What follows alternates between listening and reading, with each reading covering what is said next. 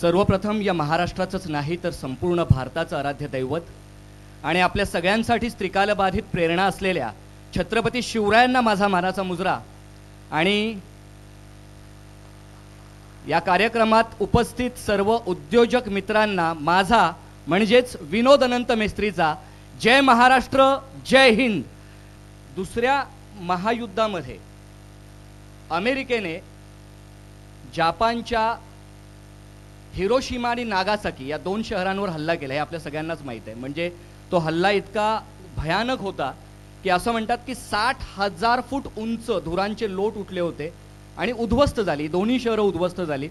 आणि त्यानंतर असं वाटलं की जपान परत उभा राहू शकतो का, पुन्हा नव्याने उभा राहू शकतो का, सगळ्या जगाला प्रश्न पडला। पण त्या सगळ्या प्रश्नाचं उत्तर आज आपण बघतोय की जपान अग्रगण्य देशांच्या यादीमध्ये गणला जातोय, अग्रगण्य देशांमध्ये तो गणला जातोय। तर मंडळी असंच काहीसं 350 वर्षापूर्वी या मातीत पण घडले। छत्रपती शिवाजी महाराज ज्यांनी 1642 ला आपल्या स्वराज्य स्वप्नाची सुरुवात केली आणि 1665 पर्यंत 23 वर्षात एक छोटेखानी राज्य निर्माण केलं, ज्या राज्यामध्ये 5 लाख लक्ष होण वसुलीचा प्रदेश होता आणि 35 किल्ले या कालावधीमध्ये या स्वराज्यात जोडले गेले। 23 वर्ष लागली 35 किल्ले जोडायला। आणि त्याच वर्षी म्हणजे 1665 ला एक भयंकर मोठी आपत्ती या स्वराज्यावर ओढावली, ती म्हणजे पुरंदरचं युद्ध। या पुरंदरच्या युद्धामध्ये आपल्याला एक तह करावा लागला आणि या तहामध्ये 23 वर्षात जे 35 किल्ले उभे केलेत त्यातले 23 किल्ले बादशहाला द्यावे लागले। 5 लक्ष होण वसुलीचा जो प्रदेश होता त्यापैकी 4 लक्ष होण वसुलीचा प्रदेश बादशहाला द्यावा लागला आणि फक्त 1 लक्ष होण वसुलीचा प्रदेश आपल्याकडे ठेवायचा, ते पण बादशहाची कृपा म्हणून। म्हणजे इतकी भयंकर आपत्ती, म्हणजे स्वतःला राजे म्हणवायचं नाही, तुम्ही 5000 मनसबदारी गाजवायची, यापुढे तुमचा पराक्रम हा फक्त औरंगजेबासाठीच गाजणार, मुघलशाहीसाठीच गाजणार, इतका अपमानकारक तह। आणि हा तह झाल्यावर लोकांना वाटलं की छत्रपती शिवाजी महाराज संपले, ते परत कधीच उभे राहू शकत नाहीत। पण मंडळी त्याच्या पुढच्याच 14 वर्षांमध्ये या पुरंदरच्या युद्धानंतर आग्र्यातून सुटका झाल्यानंतर पुढच्या 14 वर्षात महाराजांनी हे राज्य 1000 पट वाढवलं। म्हणजे 1680 ला त्यांच्या निधनाच्या वेळी स्वराज्य एवढं होतं। हे महाराजांना कसं जमलं? मंडळी माझं हे सेशन जर शेवटपर्यंत अगदी मन लावून ऐकलं तर अशा येणाऱ्या अनेक आपत्तीमधून तरण्यापासून विस्तारण्यापर्यंतचं प्लॅनिंग कसं करायचं हे तुम्हाला नक्कीच कळेल।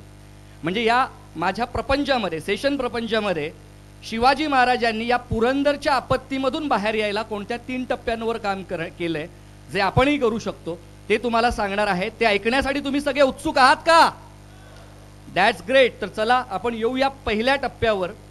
पण जसं आपल्याला माहित आहे की पुरंदरचं युद्ध जेव्हा झालं त्या युद्धानंतर महाराज आग्र्याच्या कैदेत अडकले। आता कैदेत अडकले म्हणजे 3 महिने आपल्या स्वराज्यापासून लांब, आपल्या सगळ्यात कट्टर शत्रूच्या कैदेत अडकलेले असताना पहिला विचार महाराजांच्या मनात काय चालला असेल? स्वराज्य किती वाढवायचं, किती विस्तारायचं, जिवंत बाहेर कसं यायचं, यस ऑर नो?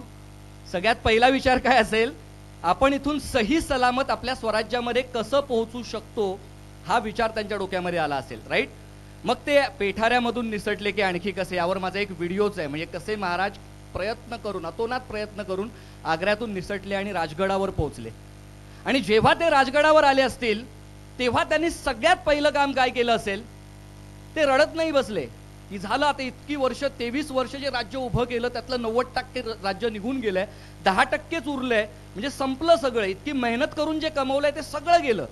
यावर ते रडत बसले नाहीत, त्यांनी स्वीकारलं की ही घटना घडलेली आहे, हे झालंय, आता पुढे काय, पुढे काय हा प्रश्न फार महत्वाचा असतो। आणि महाराजांनी तो प्रश्न विचारला, पुढे काय करायचं? म्हणजे आता गमावलंय त्यावर रडण्यात अर्थ नाही, ते तर आपल्याला मिळणार नाहीये, जे उरलंय ते कसं वाचवायचं, जे उरलंय ते कसं वाचवायचं, म्हणजेच काय, जे हाती उरलाय जो प्रांत तो आपण कसा वाचवणार, जे लोक आपल्याकडे आता उरलेले आहेत, जे लोक आपल्याकडे अवेलेबल आहेत त्यांचा स्वाभिमान कसा टिकवून ठेवायचा, जे लोक आपल्या हातात आहेत त्यांना कसं टिकवायचं, जी साधन संपत्ती आपल्या हातात आहे ती कशी टिकवायची। हे सगळ्यात पहिलं काम महाराजांनी जे केलंय ते स्वतः जगणं, जिवंत राहणं, आणि त्यानंतर जे हातात उरलंय ते जगवणं। आणि हा पहिला टप्पा आहे मंडळी, ज्याला म्हणतात सर्वाइव्ह, म्हणजे जगण्याचं नियोजन। जेव्हा एका आपत्तीमधून आपण बाहेर येत असतो तेव्हा सगळ्यात पहिलं काम हे करायचं असतं की जे आता हातात उरलंय त्याला वाचवायचं कसं. मग आता कोविडच्या आपत्तीमधून तर आपण सगळेच आलो, म्हणजे ताजी ताजी घटना आहे. तिथून बाहेर पडताना आपण एकतर सगळ्यात पहिले आभार मानले देवाचे की आम्ही जिवंत आहोत आणि या हॉलमध्ये बसून हे ऐकतोय. Yes or no? म्हणजे जिवंत बाहेर पडणं हा आपला सगळ्यात मोठा एम होता, पहिला गोल होता. आणि जे उरलंय ते कसं वाचवायचं, मग त्यासाठी किती काटकसर करता येईल, काही जे पैशांचं नियोजन करता येईल ते करायचंय. आपल्या ज्या इच्छा आहेत त्यांच्यावर कंट्रोल आणायचं आहे. पण सध्या आपल्याला बघायचंय की आपण आहोत त्या आपत्तीमध्ये कसं जगतोय, जे आहे ते कसं जगवतोय हे आपल्याला जमलं पाहिजे. तरण्यापासून विस्तारण्यापर्यंतच्या प्लॅनिंगच्या पहिल्या टप्प्यामध्ये ज्याला म्हणतात सर्वाईव्ह. आणि आता आपण येणार आहोत दुसऱ्या टप्प्यावर. आणि हा दुसरा टप्पा तुमच्यासमोर मांडायला मी माझ्याच ट्रेनिंगमधला माझा बेटर हाफ, ज्याला मी असं म्हणतो माझ्यापेक्षाही तो खूप उत्तम ट्रेनिंग करू शकतो, असा आमचा अतिश कुलकर्णी. धन्यवाद विनोद. एमबीसी जय हिंद. इथे उपस्थित सर्व VIP गेस्ट आणि आलेले सर्व उद्योजकांना माझा म्हणजे अतिश कुलकर्णीचा जय हिंद जय महाराष्ट्र. आपण जो पहिला टप्पा बघितलात सर्वाईव्ह, इंग्लिशमध्ये एक म्हण आहे, सर्वायवल ऑफ द फिटेस्ट, म्हणजे जो फिट आहे तो जगू शकतो. मग फिट कसं व्हायचं हा आपला पुढचा टप्पा आहे. आणि तो टप्पा आपण या डायग्राम मध्ये बघूया की 1665 ते 1666 हा जो पिरियड आहे, या पिरियडमध्ये महाराजांकडे 35 किल्ले होते. आणि या 35 किल्ल्यानंतर सगळ्यात मोठी घटना जी इतिहासात घडली, आणि ही घटना आपल्या सगळ्यांना खूप महत्वाची आहे समजून घेणं, कारण याच्या नंतरचा जो आहे ना तो खरा इतिहास आहे. म्हणजे 1665-66 जिकडे 35 किल्ले होते आणि तिकडनं निघून आल्यानंतर, म्हणजे कुठे निघून आल्यानंतर तर पौलाद खानाच्या हातावर मिठाई ठेवून महाराज आग्र्याच्या कैदेतनं जे पसार झाले, निसटून आले आणि राजगडावर सुखरूप परत आले, हा प्रवास समजून घेणं आपल्यासाठी या टप्प्यावर खूप महत्वाचं आहे. आणि हा टप्पा जो आपण बघतो ना की 65-66 ते 70 इकडे आपला 90% प्रदेश स्वराज्यातला गेला होता, म्हणजे देऊन टाकावा लागला होता, आपल्या हातात काहीच शिल्लक राहिलं नव्हतं. आणि या परिस्थितीमध्ये महाराज तो विचार करत बसले नाहीत की अरे सगळं संपलंय, आता आव्हानं नवीन समोर आहेत, पण मी करू काय, हा विचार करण्यापेक्षा महाराजांनी जी गोष्ट केली असेल ती एक उद्योजक म्हणून आपण प्रत्येकाने करणं गरजेचं आहे. आणि ती गोष्ट मंडळी समजून घ्या की त्यात महाराजांनी सगळ्यात महत्वाचं जे केलं ते आहे ताकद वाढवण्याचं नियोजन. सर्वायवल ऑफ द फिटेस्ट, जो फिट आहे तो टिकू शकतो, आणि ही ताकद वाढवणं हे महाराजांनी सगळ्यात महत्वाचं काम केलं. सगळ्यांना वाटलं की अब सिवा खतम हो गया, म्हणजे 65 साली जो काही त्यांचा पूर्ण प्रदेश गेला, 90% प्रदेश द्यावा लागला आणि तिकडे महाराज गेले, ही समजूत जेव्हा लोकांची झाली ना, त्याच वेळेला महाराजांनी जे महत्वाचं काम केलंय आपल्या स्वराज्यावर, आणि ते महत्वाचं काम आहे मंडळी ताकद वाढवण्याचं. या ताकद वाढवण्यामध्ये 2 गोष्टी प्रामुख्याने येतात. आता या 2 गोष्टी कुठल्या, तर आत्ता माझी परिस्थिती काय आहे, कारण आत्ता माझ्या हातचं सगळं गेलेलं आहे, उरलं काहीच नाहीये. आणि काही उरलेलं नसताना काय करू शकतो याचा विचार करणं, याचा अर्थ आहे सध्याच्या आव्हानांचं नियोजन. माझ्याकडे आत्ता काय आहे, आत्ताची आव्हानं काय आहेत. एक उद्योजक म्हणून आपण प्रत्येक जण वेगवेगळ्या आव्हानांना फेस करत असतो, वेगवेगळ्या चॅलेंजेसना फेस करत असतो. मग यावेळेस माझ्याकडे आता कुठली आव्हानं आहेत, आणि ती आव्हानं मी फेस करत असताना मला हे बघणं गरजेचं आहे की माझ्याकडे भविष्याचं काही नियोजन आहे का. आणि या भविष्याचं नियोजन करणं, या 2 गोष्टी शिवाजी महाराजांनी त्यावेळेस केल्या असाव्यात असं आपल्याला वाटतं. आणि त्या 2 गोष्टी कशा करायच्या ते आपण बघूया. वपू काळ्यांचं मंडळी एक सुंदर वाक्य आहे, अतिशय सुंदर, म्हणजे त्यांचं लिखाणच इतकं भावतं, आणि त्यातलं जे वाक्य आहे ते आव्हानांना धरूनच आहे. म्हणजे आपला हा दुसरा जो टप्पा आहे रिवायवल, त्या रिवायवलच्या टप्प्याला धरून हे वाक्य ते आहे. आणि वपू काळे काय म्हणतात की या जगात कुठलीच समस्या कायमस्वरूपी नाहीये. म्हणजे आपल्याला बऱ्याच जणांना असं वाटतं अरे कोविडमध्ये माझ्या उद्योगाला स्लॅकडाऊन आला, किंवा अमुक काहीतरी झालं, किंवा आता इथले उद्योग उठून गुजरातकडे चाललेले आहेत का. आणि अशा अनेक गोष्टींना, म्हणजे कधीतरी आपण स्वतःला, कधीतरी आपण सिस्टीमला, कधीतरी आपण सरकारला वेगवेगळ्या पद्धतीने आपण बोलत असतो. पण यावेळेस हा विचार करणं गरजेचं आहे की मी आत्ता काय करू शकतो. वपू काळेंचं जे वाक्य आहे ते की कोणतीच समस्या कायमस्वरूपी राहत नाही, ती समस्या सोडवण्यासाठी एक तर तुमच्याकडे माणसं लागतात, चांगली माणसं. आणि मला कौतुक करावं असं वाटतं महाराष्ट्र बिझनेस क्लबचं की इकडे फक्त पैशाला पैसा देणारी माणसं नाही आहेत, तर जीवाला जीव देणारी माणसं जोडली गेलेली आहेत. आणि ती जीवाला जीव जोडलेली माणसं, म्हणून आपण MBCचं हे स्वराज्य अनुभवतोय, जे माझ्या स्टेजच्या अवतीभोवती सगळीकडे दिसतंय. तर पैसा लागतो, माणसं लागतात, आणि अगदीच काही नाही ना मंडळी, तर थोडासा वेळ लागतो. याच्या पलीकडे या जगात कुठलीच समस्या उपलब्ध नाहीये. आणि तीच गोष्ट कदाचित महाराजांनी त्यांच्या आयुष्यामध्ये 350 वर्षापूर्वी आणली. आणि ती गोष्ट मंडळी काय होती माहितीये? त्यांनी करंट आव्हानांचं नियोजन कशा पद्धतीने केलं असेल. जर वपू काळ्यांच्या वाक्याचा आधार घ्यायचा म्हटला तर सध्या माझ्याकडे कुठली आव्हानं आहेत? तुम्ही पण सगळेजण ॲज अ उद्योजक म्हणून ही चॅलेंजेस तुमची लिहून काढू शकतात. वेगवेगळ्या क्षेत्रात असतील. कदाचित संभाषण कौशल्य एक चॅलेंज असू शकतं, माझा बिझनेस लोकांपर्यंत पोहोचवणं हे चॅलेंज असू शकतं, टेक्नॉलॉजी हे चॅलेंज असू शकतं, पैसा कमावणं हे चॅलेंज असू शकतं. वेगवेगळी चॅलेंजेस, तुम्ही ती चॅलेंजेस नोट डाऊन करायला पाहिजेत तुमच्या, आत्ता जर तुमच्याकडे नोटबुक असेल तर. आणि ती चॅलेंजेस सॉल्व्ह करायला तुमच्याकडे कुठली माणसं आहेत, या आव्हानांवर मात करायला तुमच्याजवळ कोण आहे, त्या माणसांची नावं, किंवा तुम्हाला नेमका किती पैसा लागू शकतो, त्या पैशाचं नियोजन, आणि त्याचबरोबरीने किती वेळ लागू शकतो हे तुम्हाला नमूद करावं लागेल. आणि यातला चौथा आणि सर्वात महत्त्वाचा मुद्दा आहे तो म्हणजे कुठल्या प्रकारची कौशल्य विकसित करावी लागतील. आणि ही कौशल्य जर तुम्ही तुमच्या अंगी बाळगलीत, आणायला सुरुवात केलीत, एक्सपर्ट्सच्या मदतीने आणलीत, तर मंडळी पुढची गोष्ट इतिहास घडवू शकते. आणि तो इतिहास घडवण्याची ताकद इथे जमलेल्या प्रत्येक उद्योजकामध्ये आहे असं आम्हाला वाटतं. आता याच बरोबरीने म्हणजे आपण जर एक एक्झाम्पल म्हणून जरी बघायचं म्हटलं तर त्या काळामध्ये समुद्र ही गोष्ट बऱ्याच जणांनी वर्ज्य केली होती. म्हणजे कदंब राजे जे होते महाराजांपूर्वी 350 वर्ष त्यांनी समुद्राचा वापर केला होता. म्हणजे आपण आपल्या राजांबद्दल बोलायला गेलो तर, पण महाराजांनी 350 वर्षानंतर जी गोष्ट वर्ज्य होती ती कौशल्य आत्मसात केली आणि त्यानंतर ती गोष्ट आपल्या अंगी अनुभवायला बाळगायला सुरुवात केली. आणि समुद्र हा आपला असला पाहिजे. आणि स्वराज्याचं एक अंग वाढवलं, म्हणजे सह्याद्री हे सगळ्यात मोठं अंग, आणि दुसरं अंगच वाढवलं त्यांनी समुद्र. आणि 100 मैल समुद्र किनाऱ्यावर व्यापार करणं ही त्या काळी छोटी गोष्ट नव्हती, जी महाराजांनी करायचा प्रयत्न केला आणि रादर त्यांनी करून दाखवलं. सो ही आव्हानं लिहून काढणं गरजेचं आहे. आणि त्याचबरोबरीने भविष्याचं नियोजन काय आहे, म्हणजे हाच समुद्र आपल्या भविष्याला किती मोठा उपयोग करू शकतो, आधार देऊ शकतो, या सर्व गोष्टींचा महाराजांनी विचार केला.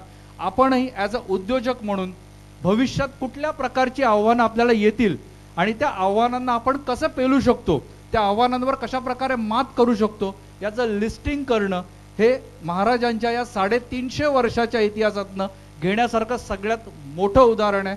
आणि इथून पुढे जर आपण नीट बघितलं तर जे स्वराज्य आपण बघितलं की खाली आलं होतं, किती खाली आलं होतं तर 90% स्वराज्य संपलं होतं.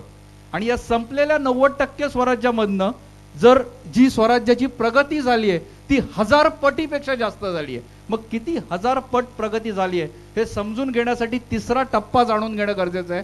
आणि या तिसऱ्या टप्प्यावर आपल्याला नेण्यासाठी मी पुन्हा एकदा विनोदला बोलवतो. जरा जोरदार टाळ्यांनी विनोदचं पुन्हा एकदा स्वागत करा.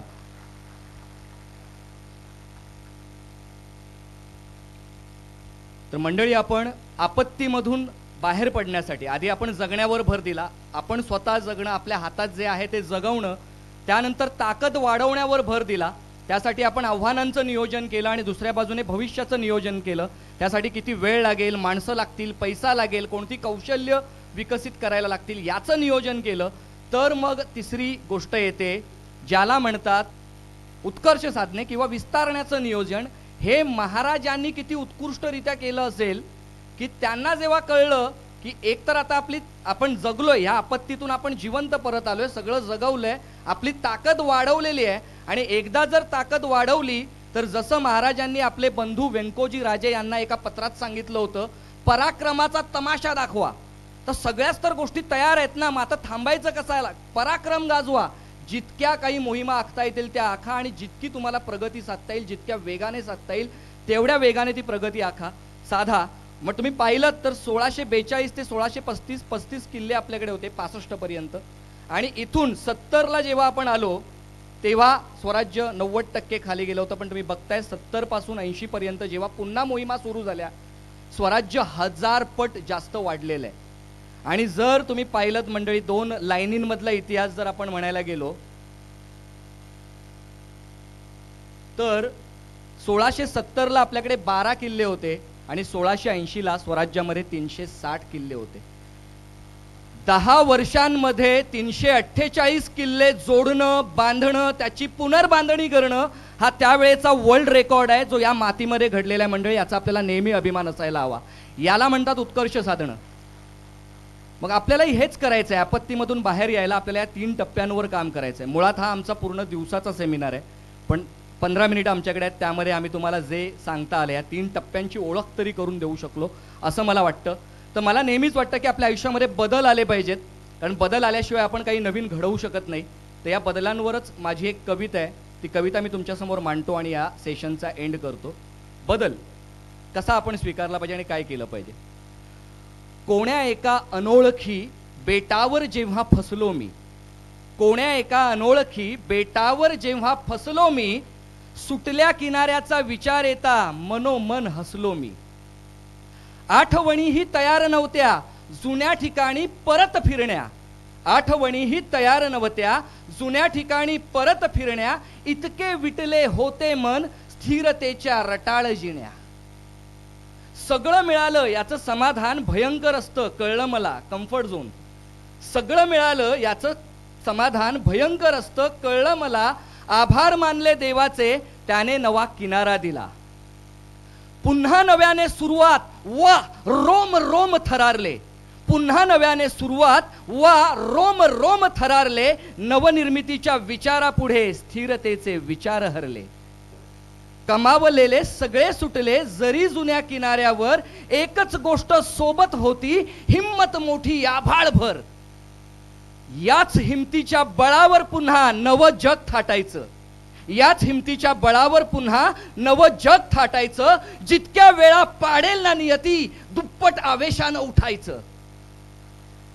लढण्याचा इतिहास आमचा हरणं माझ्या रक्तात नाही, लढण्याचा इतिहास आमचा हरणं माझ्या रक्तात नाही. जोवर मैदानात उभा मी जिंकणं नियतीला शक्य नाही. तयार आहे नवी स्वप्ने नव्या उमेदीनं पूर्ण कराया, तयार आहे नवी स्वप्ने नव्या उमेदीनं पूर्ण कराया. संकटांनो असेल हिम्मत तर या, तुमचं स्वागत तुम्ही या.